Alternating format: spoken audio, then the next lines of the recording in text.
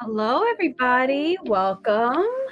Thank you for being patient with us. My name is Mrs. Denise Parker. I'm with National College Resources Foundation, aka NCRF.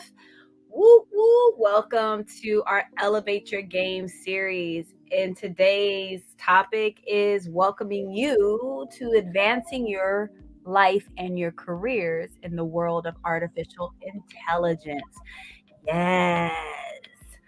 And I just want you to just be prepared because there's going to be some hard truths going to be shared today. Oh my goodness. What's the haves and the have-nots when it comes to your career path? So, basically what I'm saying is get ready to rumble. We're going to talk about all things in the career space. We relates to advanced technology and also skilled worker with our special guests. And I just want to remind you guys, follow us on our social medias, our LinkedIn page, our Instagrams, our Facebooks. National College Resources Foundation is here for you and all about you. So before I get started, I have some special announcements with our special HBCU guest and graduate and one of our staff members from our College and Careers Committee leaders, Miss Tanisha Miles. How are you, Tanisha? I'm doing good. How are you guys doing? We're doing fabulous, fabulous, fabulous. Happy Thursday. And do you have some special announcements? I do have some special announcements today. Go right ahead. All right, let's get it going. So, first announcement is you can join our virtual career incubators. This is where you can get all the information for the Elevate Your Game series, and you can also find out how to join our Students on the Move platform, which is virtual. You will just scan this QR code, and that'll get you to the form to get signed up. Next, we have this medical terminology course that is starting this coming week. However, we are filled to capacity as of today, but be on the lookout because we'll have more coming up soon. Next up, we have our Latino College Expo that is September 10th from 10 a.m. to 3 p.m. at Cal Poly Pomona. There's also a scholarship component that comes with this as well. You can also scan this QR code and that'll get you registered to join. You'll be able to meet with over 50 different universities and get FAFSA and DACA help while there. Next up, we have open scholarships from the Thurgood Marshall College Fund. These scholarships are open to private and public institutions. They primarily serve HBCUs.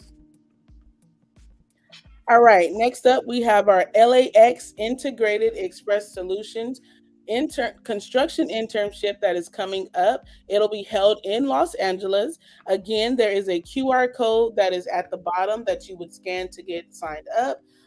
You must be able to communicate effectively, and by joining this internship, you could earn up to $22 to $25 an hour based on your education level. All right, so our HBCU fun fact of the night comes all the way from North Carolina A&T, which is the Agricultural and Technical College. They are an HBCU. They are located in Greensboro, North Carolina, and they have one of the best AI or artificial intelligence programs. They actually just got a $20 million grant to improve their program. Excellent. That is all I have for you. Well, you have had a lot to say. Thank you, Tanisha. Real quick, I know we're talking about AI and automation, and we recently just completed a wonderful STEM program workshop series at a couple of colleges that are some of our partners. Can you talk about a little bit what we've done with our STEAM outreach program that we have here with National College Resources Foundation? Yeah, definitely. So basically, the students were able to get hands on experience where they learned anything from bio, mechanical, electrical, and computer engineering. I know the one that we just recently done at Long Beach State, the students were able to build and launch their own rocket ships. Wow. This program really hosted anyone from 6th to 12th grade students, and it was completely free for them to embark on. Yes. And so we're always super excited by introducing STEM technology. And we say STEAM to the A to the fourth power, but now we're adding more to our A's. It's agricultural, aviation, aerospace, arts, AI, automation, and what? Architecture. We are keep going with the A's because Yeah, we got a lot advancement of these. and STEAM is everything. And so be on the lookout for any upcoming events with STEAM, our STEAM programs. Check our website out at National College Resources Foundation or ncrfoundation.org, thecollegeexpo.org. Those are all our websites, and we can keep you posted. Thank you, Tanisha, for joining us. Stay around because might want to ask some questions with our wonderful special guest, or I'm about to announce really soon. I'll see you in a minute. See you later. All right. So before I get started, a little delay here. Sorry about that. Getting that going. Okay. Before we get started, I want to talk a little about who I'm introducing, and I'm very excited to have met this young man on LinkedIn. LinkedIn is a total connection to all things business and beyond. And he is a STEAM, I would say a STEM, advanced STEM educator. I want to say it like that, advanced STEM educator. And the best way to describe him is just watching a little commercial that I'm going to show. So give me a second. I'm going to pull it up. And do do do do do. Listen to some music. Wee wee wee. Do do do. Just a second.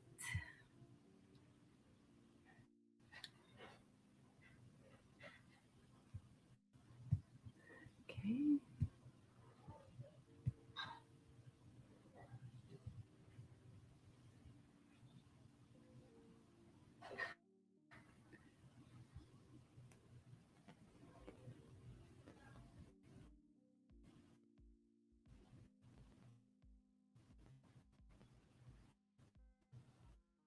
It's low. A few seconds. Thank you your patience.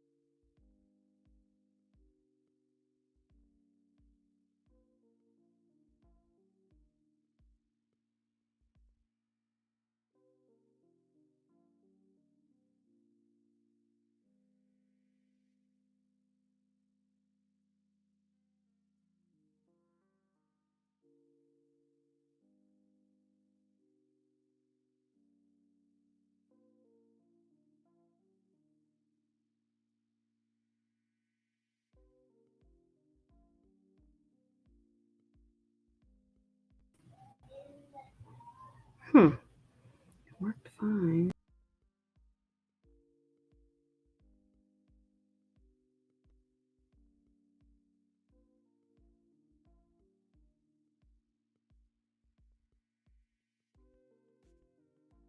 Mm. It worked on our platform before, but now it's not working because I guess I'm live streaming. I don't know. So, okay, so let's just get to it. I just want to bring on Dr. Patrick Dix. Here we go. Let's go, Mr. AI, educator, and all the above. Hello, how you doing? Can you hear me? I can hear you. I think it's just Yes. today. It's just not in the. It's just happening with technology. You know, all the advancements are going too fast. I can't even keep up. Things are Well, slow. It's good to be here. Hello. Okay, so I was trying to do your commercial, but we couldn't get it. So just tell Mhm. us a little bit about yourself. Who are you? Why are you so important today? Why are you in demand? What's your message? I mean, first, who are you? Well, my name is Dr. Patrick Dix. I am from South Carolina. I'm from a small country town called Williston.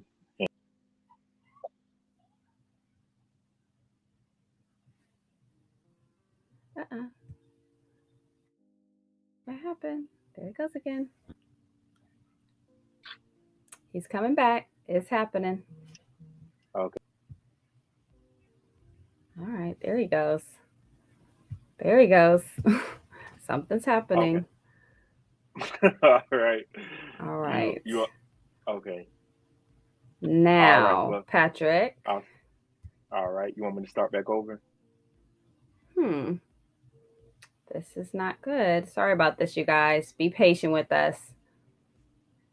It is not us. It is StreamYard, actually. I'm going to have to write them a little note. They must be updating their system while we're doing our live stream. Okay. Here we go. Let's try again. Introduce yourself again. Let's try it again. All right. My name is Dr. Patrick Dix. I am from South Carolina, a small country town called Williston. Grew up on a farm. That's where I learned about agriculture and some other things. And my dad had a paint and body shop, so my brother and I, and my mother and my sister, we learned a lot about finances and how to put things together. But primarily, my brother and I worked a lot with my dad, and that led to my sparking interest about putting other things together, which led to computer systems. Um, I went to South Carolina State University. Have a computer science degree from their BS in computer science. Went to Webster in Columbia, South Carolina. Have an MBA, and I about 2 years ago graduated from Robert Morris University in Pittsburgh with a doctorate of science in information systems and communications. And I've been around computers for over 25 years, so I'm not new to it. I programmed, I designed classes. I am a part-time professor besides my full-time job. I've taught over 20,000 students. You name it, pretty much I've taught it. And that's a little bit about me. Okay, so in a nutshell, you are considered right now one of the top educators in this space, or how would you hmm define yourself? Like, what crown that you're wearing right now? I'm ringing the alarm about automation and AI because I wrote my dissertation, which is titled The Automation of Manufacturing and the Potential Effects on Rural Communities in South Carolina. Upon the research, I discovered that millions of jobs in South Carolina are going to be automated in the rural communities because manufacturing is a big staple in the southeastern United States. But one of the other things is not only is this going to happen in South Carolina, this is going to happen all over the United States, primarily the whole world. But since we're in the US, this is going to completely devastate the United States. And one of the focal points about this is there's still time to prepare for this. But when I ask people about automation and artificial intelligence and machine learning, they have no clue about what it is. Yeah, artificial. Mhm. don't have idea of where to get started, how to go about their career pathway. Maybe they majored in computer science, computer engineering, and they're still at loss for words. How do you explain to people like what's the importance of automation and AI as part of their education? Well, there are careers that, for instance, for people majoring in these subjects now, I was talking to some people about it earlier, that even though you're in the tech field, your job isn't secure. You still could be automated. There's still artificial intelligence that can eliminate your job. So you have to remember that you have to stay up to date with technology. You have to stay up to date on what's going on in the real world. And for people majoring in those fields, I want them to remember just because you have the degree doesn't mean your job is secure. And the best thing to do is to have a diverse skill set and to prepare for the future. You know, cloud computing, AWS, some other things. But with the degree, you still have to study and prepare to stay ahead on to stay aware of what's going on. With a degree, I know a little bit better. Colleges have so many different ways that they teach and onboard computer science careers. Do you find that most universities that you're teaching at, are they keeping up to today's times? Are they preparing students for the future, or they're just hinting at it and not really going deep so that they can have a career that's 5 to 10 years out or longer? How would you define, because you're in the education space, you see it every day. Mm-hmm. Excuse me, Adam.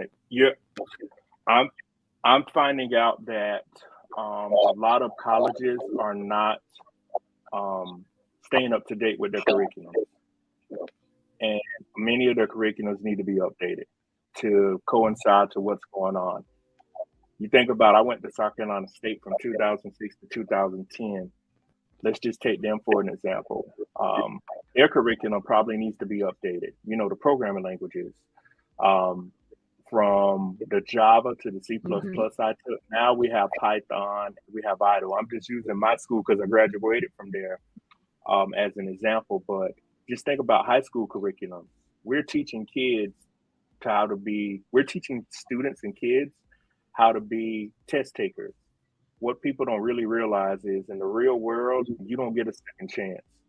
You have to be able to apply the knowledge. Just because you're successful in high school, I tell everyone, successful in high school and college does not mean you're going to be successful in life. It takes a whole different skill set to deal with some of the problems that you're going to face in life. Exactly. So what are some of the advice that you start to, rally, to talk, to get the information out, to become the Pied Piper of AI and automation, to get more students to go on the right pathway if they're considering careers in advanced technology? One of the things I tell them is, first of all, don't do it because of the money. You have to have a love for technology, because I've met numerous people and they'll say, I'm majoring in this because of the money. No, you're not going to like it. You're thinking about the money. There are going to be a lot of problems that you have to fix mentally. There's some things physically, you have to move stuff around.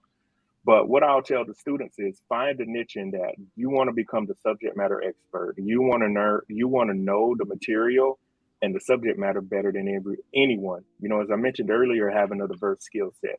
Once you have that diverse skill set, you can go from automation, you can go to AI, you can go to machine learning, and it translates to other areas too. Mm-hmm. And machine learning, define all those different roles. You said machine learning, you said AI, automation. Like, what's machine learning? What is that consisting of? Machine learning would be using data points to mimic the action of a human. For instance, if I worked in a factory, they'll have like a computer system around, and they'll say, well, they'll either have the sensors on you or they'll have a camera watching you. And somebody will say, oh, that's cool. And I will say to them, no, that machine or that data is interpreting your movements, and they're trying to figure out how to use machine learning to make it faster and to take you out of the process. Basically, machine learning is learning the movements, or let me put it like this. Sorry. It's learning the movements and learning how to do them faster with less effort.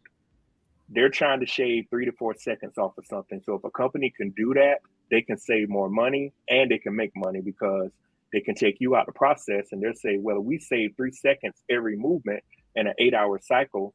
That's 250 movements. It equates to this much amount of money made, and we save this amount of money to reinvest. When we talk about automation, we're talking about, just like it says, like an automatic transmission, it'll shift by itself. You're pressing the gas pedal. Automation is basically automating a process, basically taking a human out of it. For instance, if I want my groceries delivered to me, I can take a human out of the process and say I can get it delivered from Walmart or Sam's, put it in a robotic vehicle, it'll deliver it to my house, send me a message on my iPhone or Android, pop up and say food is outside. I scan the QR code, it opens up, brings me the food, it'll return to base. Now we talk about artificial intelligence. Artificial intelligence has been around for years. For some of the listeners and the people that are going to listen to the restream, on video games, there used to be something called AI. You can do the setting. It will learn your movements, even on a video game, to make the game harder. Yeah, when you play video games, that is artificial intelligence. Do you want it to be weaker or stronger? And that is a general definition. But now with artificial intelligence, it's mimicking and learning how humans think, what processes can run faster, what service industries we can incorporate this into. So they use AI in healthcare. It's helped with the COVID-19 vaccines. It's helped with healthcare. It's in the computer world. They use AI for cybersecurity. They're using AI to help reprogram. Basically, AI is basically trying to, again, all three things, automation, AI, and machine learning, is taking a human out of the process. But AI is doing the same thing too. But AI now can actually program itself and write code. So all three things have a similarity to take a human out of the process. So we take humans out of the process, but you still need humans to build out the system and create the data points and the structure of the processes so that you can actually have the machine, have the AI, have the automation work on its own. How many people of color are going into these careers? How many Black, how many brown? What is this career entry point look like for those people who look like us? It's very low. When I was going to SC State, I'll never forget this. This was 2009, and we had students. We had some students of mine. Well, not students of mine, but classmates. They were switching to another major when we were in our junior year of the class, and they said, "I'm going to switch to something else." We only had maybe 30 credits left, so there are not many of us in the STEM field. Regardless of what numbers and statistics say, there are not many of us, and we're definitely unrepresented in the field. So when you the numbers, I want to pause right there. I'm sorry. You said the numbers. So when we look at numbers from a national perspective, they seem, it's like 20% of us are going into STEM related careers, or more women, or they break it down by age or gender or culture. How would you define those numbers in retrospect to who actually is really going after those careers? When they say Black, are they first counting ones who are in college and are in advanced science degrees? Say that again. You were breaking up. I said, do they only count the ones who are in advanced science degrees as far as counting that demographic, or are they counting those who are in computer science majors and stuff like that? Are they looking at the space very specifically when they're looking at those numbers, those data points? They are looking at pretty much anyone enrolled into a STEM degree.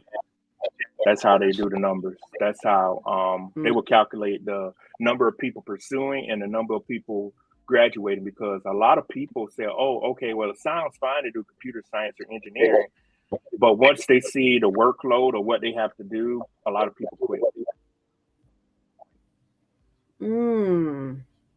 Okay, let's break that down, because we're getting to some hard facts. Okay, you want to go into computer science, you want to go into computer engineering. Does a lot of math. It takes a lot of focus. You really have to buckle down. It's like being an athlete in the STEM career, in a STEM field. You're an athlete. You're not gonna, you're gonna really hone your skills. What are some of the reasons why we're quitting? Because it's hard. That's just not a good enough excuse for, people who paid money for school. Like, what is the real reason why you think? A lot of us are soft. I'm gonna call it what it is. Once we face adversity, we quit. It Everything is hard in life, and a lot of people live with a lot of regret. I wasn't the best programmer. I wasn't the strongest math person. I tell a lot of people I didn't know I was going to graduate high school till the day of. So you have someone that earned a computer science degree. I had to take physics, linear algebra. I had to take statistics. I had to take all of the maths, calculus 1 and 2. I wasn't the strongest person. It was just basically having heart, and it was fighting through it, because I'm not the type to start something and quit. We have to encourage people. Once you start something, you have to finish it. You can't live in this day and time anymore to where I'm going to start something and quit it, and then have 20 years down the line, you're going to say to yourself, I could have finished that. Not Mhm. everybody in the world is not smart. I tell people that all the time. It's all about having heart, and it's all about having work ethic. It's all about setting a goal, and it's about what's important, because it sounds cool to say you have that degree, or it sounds cool to say I majored in that. But to finish and to walk across the stage and get the actual diploma mailed to you is a whole different thing. Wow. I think you said it in a nutshell. You said you barely graduated out of high school. So what was that like? I mean, now you're a doctor in education in this field. So what would you say to those who, what was your GPA? I remember we had this conversation. 2.0333. I was at the Oh, bottom. I was at the bottom of the class. I'm going to be honest. I did not take high school as serious as I was supposed to. I didn't have any kind of learning disabilities. A lot of it was just being lazy or whatnot. But I'll never forget. I graduated high school May 31st, 2002. We were at our shop in Blackville, South Carolina, and I remember my mother calling my dad or something, saying, "You gonna be able to graduate." And I remember, like, oh wow, I'll be able to graduate high school, because it was a difficult process. There are some other things going on too, but out of my control. But I'll say that once I knew I could graduate, I felt better. But the thing is, I'll tell everyone, once you get the high school diploma, it's like, what's next? And with my own personal experience, I had a supportive family, but my advice to everybody: when you get a high school diploma, you could get a GED too. The game of life is 0-0. We have to stop telling kids, "Oh, you have a high school diploma, you're going to excel and become this amazing person." No, it takes a whole different skill set. So you can actually be like myself, barely get through high school and excel in the last part of life. One of the biggest things I like to tell everyone: life is a marathon, it is not a sprint.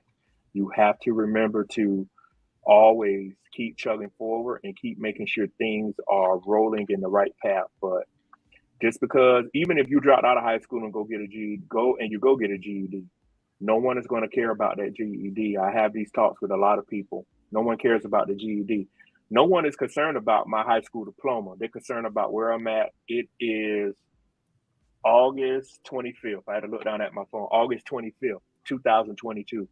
People are concerned about August 25th, 2022. They're not concerned about May of 2002. yeah. Yeah. It's in the right now, being present, taking hold of the Mm-hmm. opportunities that are right before you. As we're talking about it, we're talking about advanced STEM education and careers and how to get there. Um, and your process Yep. coming from 2 point whatever grade point average, and now you hold a doctorate in, what's your doctorate currently in? Information systems and communications. It's a doctorate of science. Doctorate of Science, a DS. So you are sitting here telling us from your educational standpoint, from start to finish, it wasn't easy. You Mm-hmm. applied every knowledge. You had grit. You dug in. You told yourself, "I'm going to do it because I'm not a quitter." what were your steps in college? Like, tell us your journey throughout college to make you find your space through AI. Like, how did it like land there? Well, one of the things through college was the work ethic, seeing how technology was evolving. Um, I'll say once I received the undergrad degree, going to graduate school, probably working and going to school, because I drove to Webster one night a week in college in Columbia, and I went to Fort Jackson and I worked at Fort Gordon. Oh, and another tidbit about my story, I got fired my first job out of college. Actually, August 24th, this past Wednesday was 11 years. I got fired from my first job. And I have a life story, but getting fired from that job, I'll tell anyone, it changed the trajectory of my life. I forgot about that important event. I was in grad school and working when I got fired, and it took me about a year to get another job. That's something a lot of people don't know. And I would tell anyone, you cannot make me feel bad about getting fired. That was that was almost 10 years ago. I look at where I'm at now. And the journey of going through grad school opened myself up to, like, there are so many other technologies. But when I got the job with the Defense Department, we were designing things and they were talking about different components. Even in 2013, I was exposed a little bit to it, because this is when the sequestering stuff was going on with the Department of Defense. They were already thinking about this. They were saying, we're going to make the training on a CD to where a soldier doesn't have to be going to a classroom. So they were already, this is in 2013, they were already talking about this. And, once I started in 2017 to go to school in Pittsburgh, I already knew what I was going to write my dissertation on about 8 months before, in 2017, before I even did the program.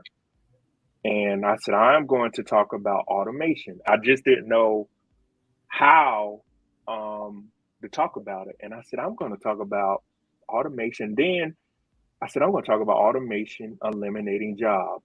And myself and my advisor in the committee, the advisor particularly said, you can't talk about the Southeast. She said, it'll take forever. And we kept funneling it down. And what people don't realize, when you have a great advisor like I did, they make you think and you keep presenting it. And I funneled the topic down and I said, I have it. I'm going to focus on automation eliminating jobs in South Carolina. And I started to research, and I said, because when you do a dissertation, you're trying to find gaps in the research. I said, in my whole life, I've never heard somebody that looks like me, looks like me, talking about this. And I said, this is very unique. And the rest is history. And I started researching, and we're where we're at now. So you're now doing all these talks, adjunct professor here, there, everywhere. You get called to, get on a plane, train, automobile, just to actually teach those students because there's a lack of teachers. Why is it so powerful to be in education doing this as opposed to just working a 9 to 5? I get to really see how the education system has failed everybody. You get students that I teach freshmen, I teach grad school, and I've came across many students that have not been adequately prepared, and they have admitted, I am not ready for this. One of the schools I teach at in Georgia, one of the students said it, I'm just not ready for this. I thought I was, because they were on the high horse. And that lets me know that their counselors and their parents boosted their head up. And I'm saying to myself, if this is one of hundreds of millions of students that have had this issue. So seeing the other side of the education system, the curriculums are not even up to date. We're still teaching kids and adults that go back to school stuff that's not even applicable to what they're doing.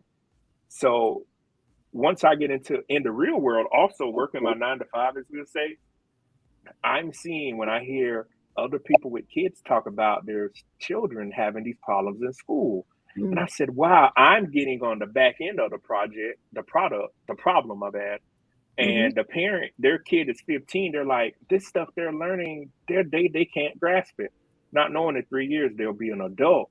And now the real problem really happens when they come across people like myself or someone else. And you get to see the problem of, this student was never prepared. They're not teaching these students real life skills. They're teaching these students how to be good test takers. And once you, as you know too, Denise, once you get into the real world, all of that degree stuff goes out the window. People want to know, can you do the job? or And do you you apply have it. Yeah. Mm-hmm. do you have social skills? You know, can you write an email? And social skills are at an all-time low. A lot of people, they took, I don't know what year they stopped. I don't know what year they stopped teaching kids cursive writing, how to sign your name, but there are a lot of kids that don't even know how to sign their name, or adults. And we just have problems just like that. And the whole education system, I've expressed to people, is really, really in a terrible state. So Yeah. being on the education side and working a 9 to 5, I get to see both sides of it. Yeah, so you have a job working. Are you still currently with DoD, Department of Defense, or contracted to do some work with them? How's that balance work and also education, being an educator? Oh, that was about 12 years. That was about 10 years ago, 8 years ago Oh, when I okay. did that. 8 to 10. Yeah. No, I don't work there anymore. That was a long time ago. But I'll go into the budgeting, not budgeting, like the lifestyle of working. It's tiresome, but I like it. I will never give up education because I know many of the students in my age range. It's good to see someone young. I can see on their face they're like, I don't have someone old as George Burns teaching me and just telling me they can't relate to what I'm going through. You know, every time I talk to the students, I let them know, look, I'm here. I've been where you've been at. I am a different professor. I will let you know up front what's expected of you. I'm here to get you to the next level, but I want to see you work for your grade. But I also want to see that, you know, you have a caring person, because a lot of these students now are going through a lot of tough times. Yes. They sometimes are the only person in their family going to school. And I realize sometimes the only support system that they have. And I'm glad you mentioned that because we dealt with during COVID the virtual setup for our students to learn in college and high Hmm. school, wherever K through 12, K and above. It was very hard for our students, any student, and specifically students who didn't have, the technology support, they didn't have the family support, they had too many distractions at home.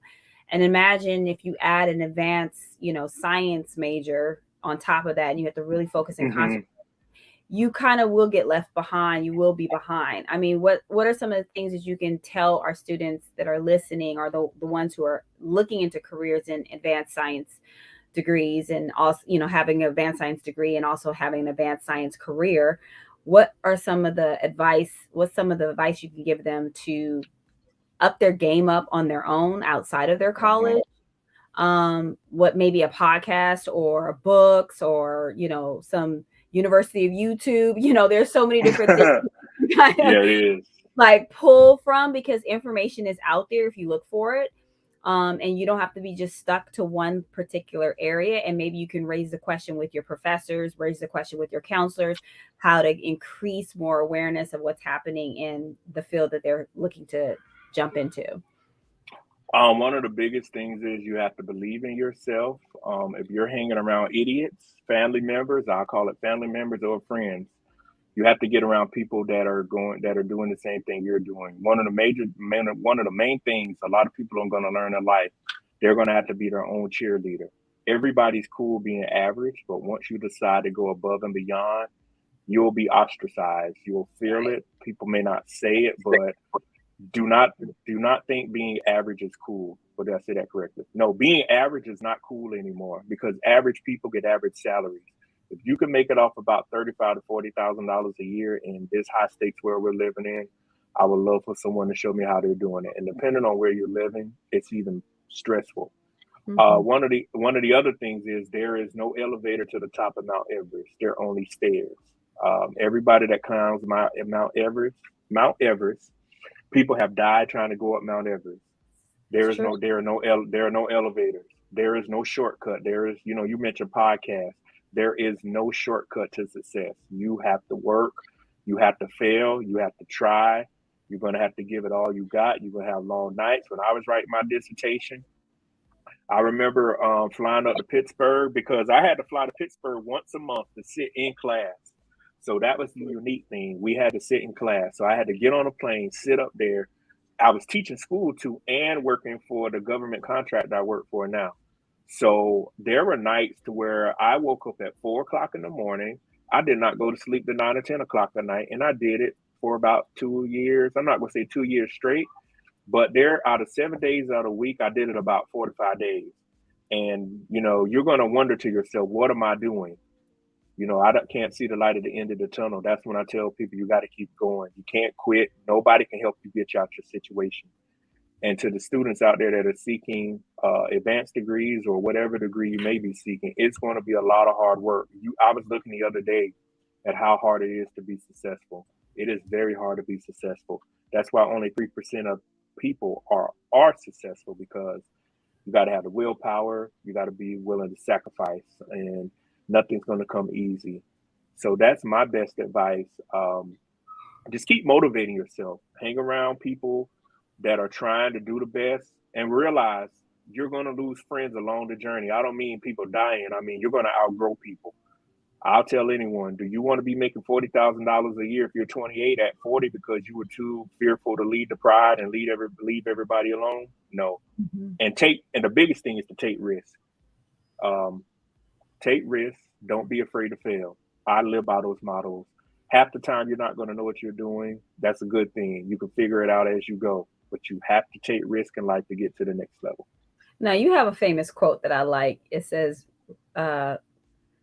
right and long. You have this thing where you say, oh yeah, we when I played football, we were practicing. It said, do it right, do it light, do it wrong, do it long.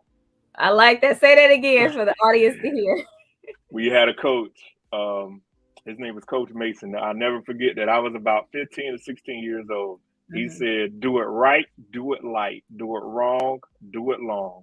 I love it. I love it. That's just the truth.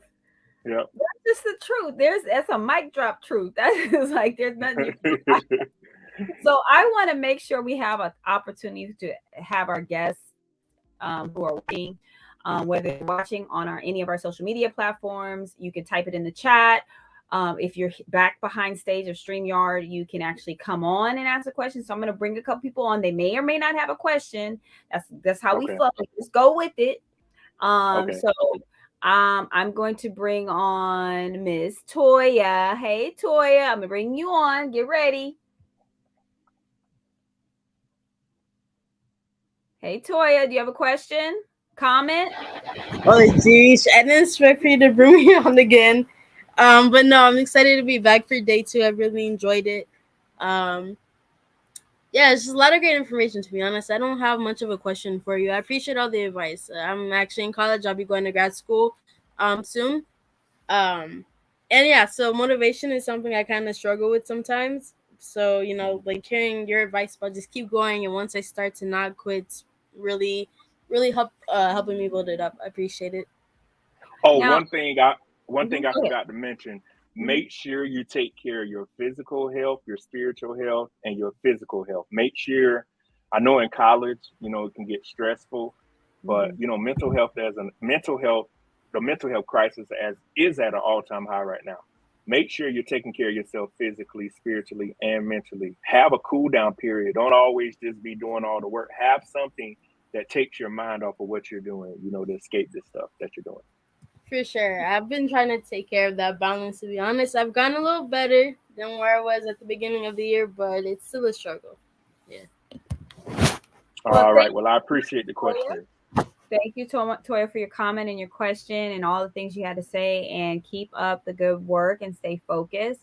And that kind of brings me to the conversation that we had when we were talking about starting this conversation live and in person, that AI, automation are definitely a career path. So what other jobs will be considered valuable in the next 5, 10, 15, 20 years that will not be obsolete compared to AI and automation? Like, what will be very valid jobs? A lot of the blue collar jobs, they have machines that can assist, but when you think about like HVAC, electricians, plumbers, those people in those careers, they're certified and they can make a lot of money. Those jobs are not going anywhere. They have to build houses. They cannot build anything without power and electricity. There is no robot or machine that can actually do that. They can use machines to detect where the best water source is at, but somebody manually has to dig for it and has to actually put PVC pipe to get water into a house. Somebody has to actually wire a house built by electric code. Even if they were to try to automate it, somebody in those delicate types of fields will have to, excuse me, be able to survey those areas and inspect it. Um, there are a lot of the white collar professions that'll still be around. You know, anything like an automation engineer, knowing how things work, machine engineer, anything knowing how the actual physical work of doing that might become obsolete, but having the knowledge of how this robot can talk to this data port interacts. So those types of careers will be around in the next 5 to 20 years. Now I know also I've seen where they're using 3D printers to build houses and stuff, but there still has to be a tech person that can troubleshoot it. So your skill set has to really know how that stuff works. So blue collar, I probably haven't named welders, even though they have spot welders and robotic welders, there are a lot of welds that people still have to do by hand. There are just so many blue collar things I can't even name. Even though they can get a machine to assist with it, you still have to have human interaction in those blue collar fields and certain white collar fields. Come on, I'm a woman, so hey, hair, skin, nails, I still need that, done by Mhm. by a human being because I don't want a Yeah. robot touching this, my crown here. I don't want that. So those are key things that while you're going to college, you should possibly pursue dual careers. Why not get a Mhm. skill underneath your belt so you can add value to your life so that you have multiple streams of income? Get your beauty license, get your electrician's licensing, get your Mhm. contracting licensing.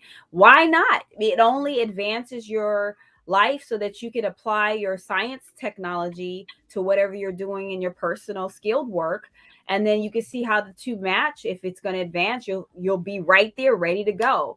I have students who call me all the time who want to start their own business. They want to start, all these wonderful things. And I Mhm. say, are you gonna get a license? Are you going to get a skill that actually associates with that business? Or are you going to run it? Mhm. Do you want to manage it?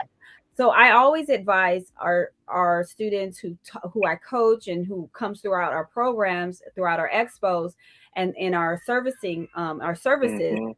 to actually have entrepreneurship skills. And skilled workers are definitely entrepreneurs. Mhm. They can charge up the yin yang because you are the expert. So Exactly. reasonably, because you're gonna duke it out with another contractor. Yeah. So make sure you are in a good value point. Don't sit there and overstate your qualifications and you can't deliver. So I want to see if there's anybody else here. Let me bring on Tanisha to see if she has any questions, because she runs our college and careers department that actually is our national program that we help and interact with people on Okay. a virtual. And she might want to have some questions our for her students. Tanisha. Yes. Well, first and foremost, thank you for the knowledge. Some of that can be used and applied to just any where we are. As myself going into my master's program at Morgan State this next semester, I can definitely take some of the advice to push through it. But one of the questions I had was, what does it look like for women in this career field? Like, what is it? What are the numbers, or how many Black women are in this type of career field? Um. Well, you brought up a good point. A lot of women are going to. This is the thing about the automation and AI. There are a lot of women that are going to become obsolete due to automation and AI. It's going to eliminate a lot of the jobs for women. So I don't know of many women personally in the data analytics, AI, and automation fields. So it's an open market right now because a lot of people are not thinking about it. You know, everybody's now into cybersecurity and the Bitcoin and the blockchain.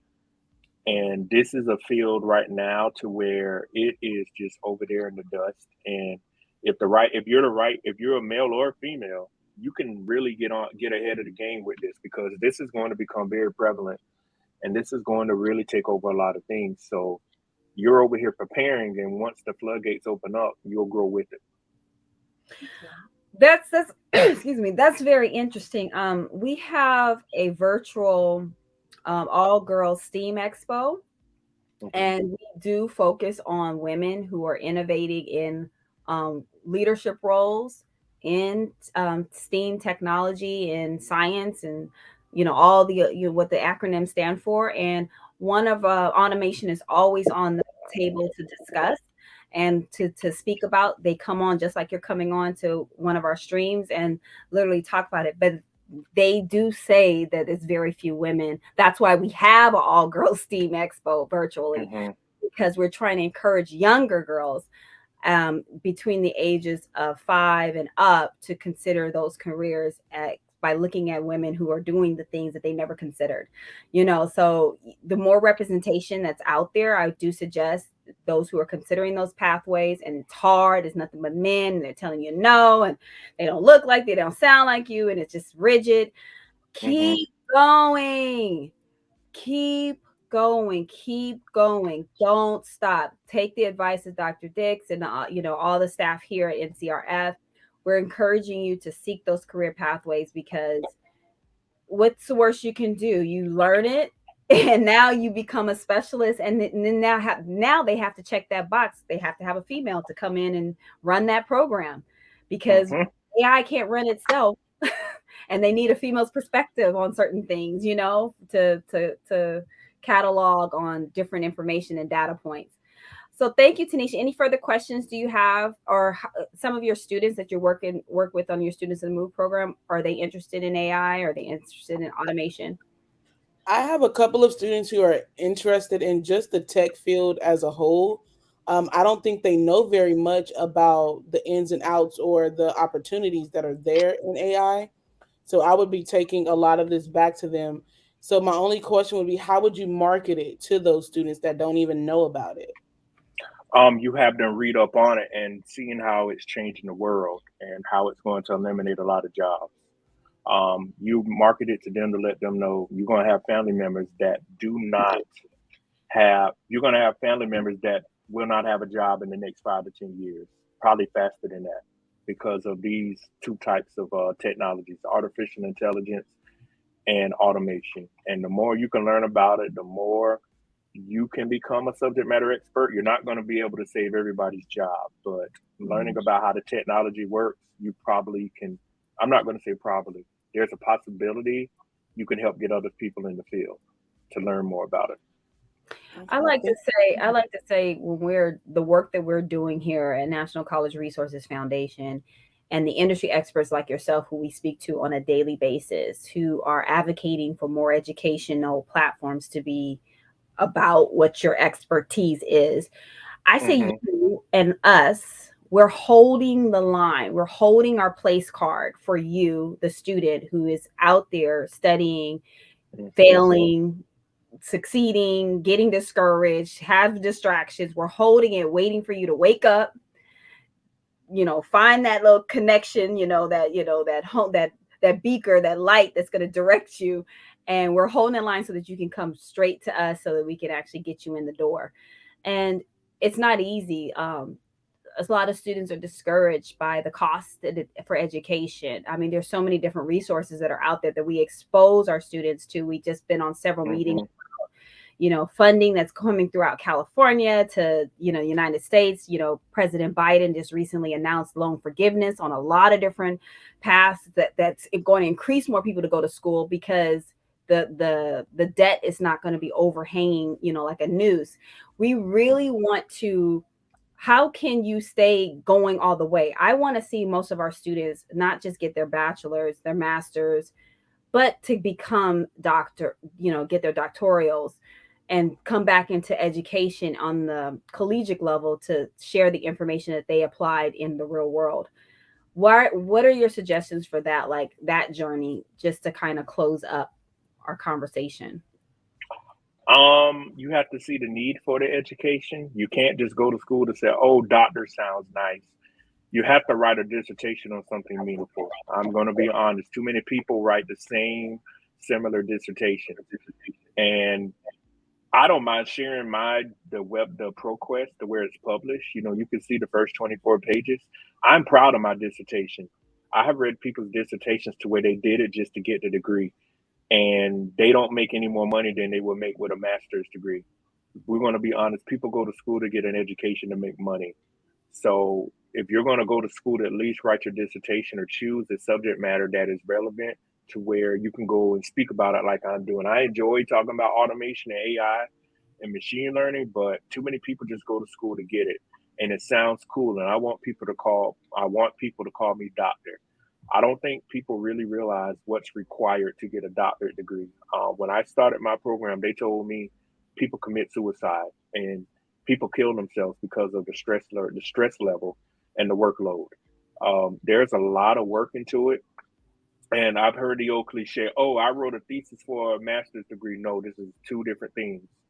Most people, only 1% of the population has a doctorate degree in the world. So that should tell you, yes, there are not many people that have them. But I hate to bust people's bubble. Just because you could write a master's dissertation, writing a dissertation, or I'll use some of my stuff in my master's. No, it does not work like that. You are starting with a blank piece of paper. And a lot of people get intimidated. You'll hear a lot of people are ABD, everything but dissertation for 7 to 8 years. That means they completed all the classes and they just haven't made the revisions to the dissertation.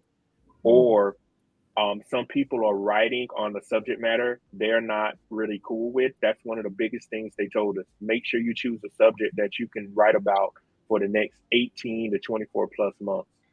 So once people get the graduate degree, I tell them you get the doctorate degree to become a subject matter expert, not just to seem cool.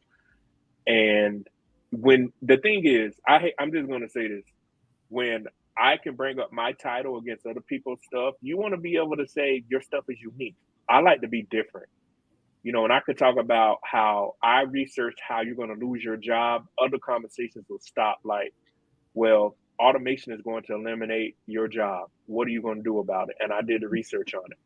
And that's the biggest thing I stress to people. Find something you're uniquely caring about, but you want to be the best at what you're doing. So be different. There is no rule book to life. There is no guidebook to anything that I'm doing. I can tell you from experience, there is no book that I'm using. That's the best experience I could tell everybody. You could get your bachelor's, get your master's, and you say, oh, I want to get a doctorate degree. Well, if you don't plan to be making a lot of money, don't go get it. I'm just going to be honest. Get it to make money, not to get it to sound cool. That is very, very wise information. As one of our comments in our LinkedIn posted from our fearless leader, Dr. Hackett, she's in a leadership role here at National College Resources Foundation. She is our director of educational programs for our movement enrichment program here for NCRF. And she has a doctorate, and she would tell you she was just in the same role with you, low GPA. Suddenly she figured it out. And now she is running a program, and she works with dissertations and helps students to actually to go through that process, because she does teach at several different colleges like yourself.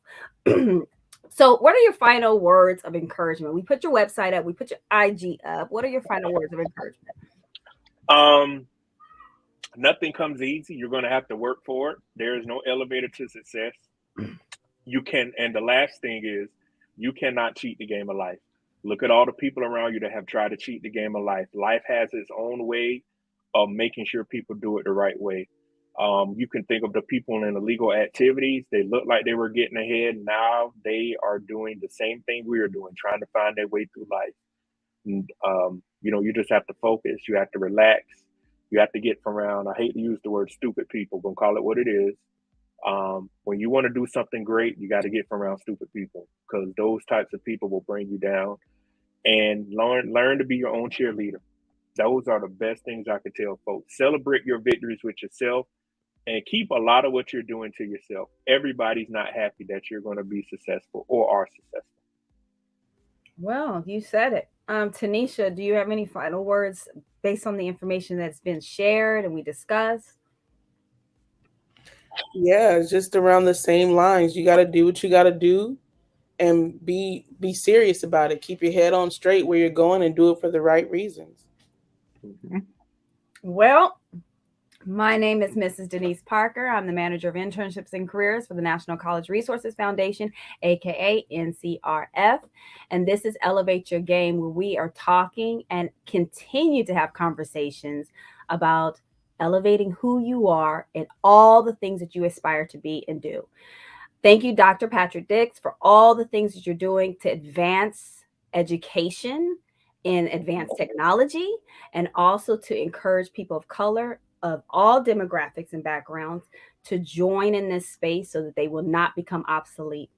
And they can reach you on your website. I want to put it up one more time.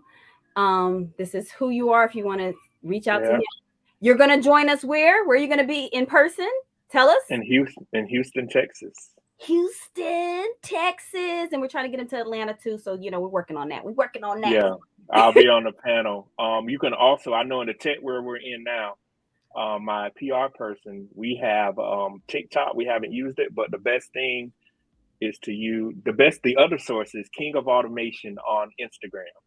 King of Automation. Yeah, that's right here. I have that right here. Your King of Automation Yep, on the yep. IG. That's the most platform that you use to talk to your. Okay, cool. And I found him Yes. on LinkedIn, so you can definitely look him up on LinkedIn under his Oh, name. yeah, I So forgot about that too. yes. This is his name. We'll spell it out. There it is. You can find him. He'll like you and say you saw him on live streaming on our Mhm. NCRF platform. Again, thank you again for all that you do. We are here to encourage all who listen, no matter what walk of life you're in, whether you're low or high, in it to win it or trying to figure it out. We are here to encourage you. It's all love. We're elevating your game. Is here every week. Thank you. Again, my name is Mrs. Denise Parker. Thanks for joining. Bye.